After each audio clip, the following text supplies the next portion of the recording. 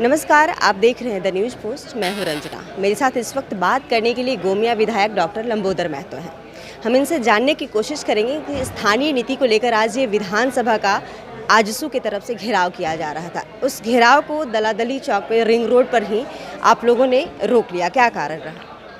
देखिए, पूरी तरह से जो विधानसभा घेराव का कार्यक्रम था चौपाटी का, इस कार्यक्रम से सरकार पूरी तरह से घबरा गई थी। अच्छा।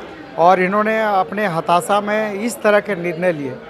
कल ही से पूरे राज्य के सभी थाना क्षेत्रों में, सभी प्रखंड क्षेत्रों में हजारों की संख्या में पुलिस उतार दिए, मजिस्ट्रेट उतार दिए और बैरिकेडिंग लगा के कार्यकर्ताओं को रोका गया। उनके साथ बदतमीजी की गई, उन्हें अपमानित किया गया और कई लोगों को गिरफ्तार करके थाना में बैठा दिया गया। और निश्चित रूप से ये सरकार जो है, जो झारखंडियों की हक का सवाल है, उनकी पहचान का सवाल है, उनकी अस्मिता का सवाल है, इन विषयों को लेकर पूरी तरह से मौन रहना चाहती है। और सरकार ने ऐसा दिखा दिया कि आज पूरे आजसू के लाखों कार्यकर्ताओं को पूरे राज्य के विभिन्न थाना क्षेत्रों में रोक दिया गया। टोल पर भी रोका गया था? हाँ, कई टोल पर रोका गया, कई नाकाओं में रोका गया, बैरिकेडिंग करके लाखों कार्यकर्ताओं को रोका गया और हजारों की संख्या में कार्यकर्ताओं को गिरफ्तार किया गया। तो इस तरह से झारखंड राज्य की जनता का जो आवाज़ है, ये वर्तमान सरकार उसको दबाने का काम कर रही है, कुचलने का काम कर रही है। और झारखंड राज्य की जो 3.25 करोड़ जनता है, उसको उसका हक नहीं देना चाह रही है, उसको पहचान नहीं देना चाह रही है। ये आदिवासियों की सरकार है, मूलवासियों की सरकार है। देखिए, कहने के लिए तो निश्चित रूप से आदिवासी मूलवासियों की सरकार है, लेकिन इसके कृत्य से ऐसा कहीं झलक नहीं रहा।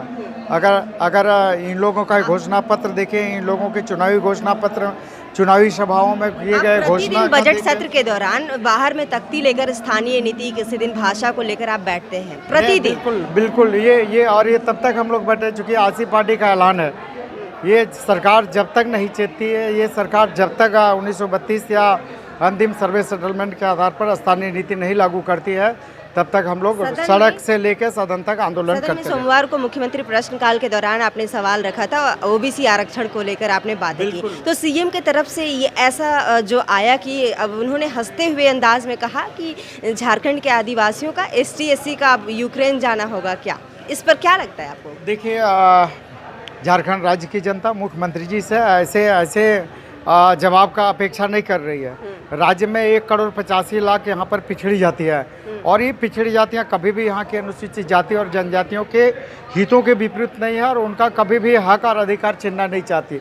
लेकिन यहाँ की जो 1,85,00,000 पिछड़ी जवाब आया, उससे आप क्या उस पर कहेंगे? कोई राज्य की जनता और यहाँ के 1,85,00,000 पिछड़ी जाति की जनता बिल्कुल इस मुख्यमंत्री जी के इस जवाब से हताश है, निराश है और मुख्यमंत्री जी से ऐसे जवाब की अपेक्षा नहीं है।